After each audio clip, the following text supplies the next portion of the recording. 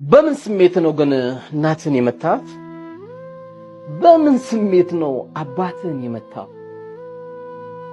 አብራችሁ ኖራችሁ አድጋችሁ ድራችሁ ጉርብትናው ማህበራዊ ህይወታችሁ ላይ አብራችሁ ተገናኝታችሁ አሰግጂም ብለህ ከልክለሃት እንደገና እጅን ዘረጋባት። እንዴት ነው ግን አንጀት ይቻላል? ምን ያህል ስካር ቢኖር ነው ውስጥ ምን ያህል ቢሰክር ነው ግን እናት ላይ ቦክስ የሰነዘርከው? እናት ላይ ዱላ የሰነዘርከው ስለሰገደች? ሰጋሽ ተገኝቶ ለጌታው የሚደፋ ባሪያ ተገኝቶ የሚያስመሰግን ስራ ስለሰራ አገሬን ሰላም፣ ቤቴን ሰላም፣ ገበያዬን ሰላም፣ መውጫ መግቢያዬን ሰላም ብሎ ወደ ጌታው ለዞረ ሰው እሱን ነው የምትከለክለው? መከልከል ሳይበቃ ልትመታ? አይ መካ ስለማይፈቀድልን እኛም አንፈቅድም። እኛ የምናወራው ስለ ኢትዮጵያ ነው። መካ ሄደ ጠቅላይ ሚኒስትር ካላቸው መንግስት ካላቸው ሄደ እነሱን ጠይቅ። እኛ ስለ ሀገራችን ነው የምንጠይቀው። የሆነ ሃይማኖት ደግሞ ተወካይ ነህ ብለህ ራስን ትገልጻለህ። ሰክረህ ነው። የጥላቻ ስካር ደግሞ ምንም መፍትሄ የለውም፣ ህግ ማስከበር ብቻ። ስለምንም ብሰማ ውስጥ ጥላቻ ያለው ሰው አይነቀልለት። አይዞሽ እናት፣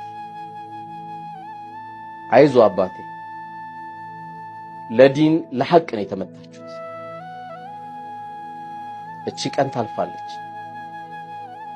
መንግስታችንም ስንት ሰው እስኪሞት ስንት ሰው ቁጥር እስኪደርስ ድረስ እምንጠይቀው መንግስትን እንጂ እናንተን አይደለም። ምንም ስላልሆናችሁ አስራችኋል፣ የውሸት መስከራችሁብናል፣ አስፈረዳችሁብናል፣ ለ5 ዓመታት እስር ቤት አስቀምጣችሁናል። ትላንትም የነበረው ጥላቻ አልተሳካላችሁ። በሆነ መልኩ ወንበር ፈልጋችሁ ነበር፣ አልተሳካም። አሁን በሃይማኖት መጣችሁ። በአላህ ፍቃድ አይሳካላችሁ። የማንም ሃይማኖት እንዲነካ አንፈልግም። ሃይማኖታችንን ማትነኩት። መንግስት አለ ብለን ስለምናምን መንግስት አካላት መጅሊስ እንዲሁም ህሊናችሁ ንጹህ የሆነ ማንም ቢሰግድ ለሀገር ይጠቅማል ለወገን ይጠቅማል የምትሉ ወንድሞች እህቶች፣ ማንኛውም አካል ታሪካችሁን በዚህ አሳምሩ። የሃይማኖት ጠብ የዘር ጠብ መቆሚያ የለውም።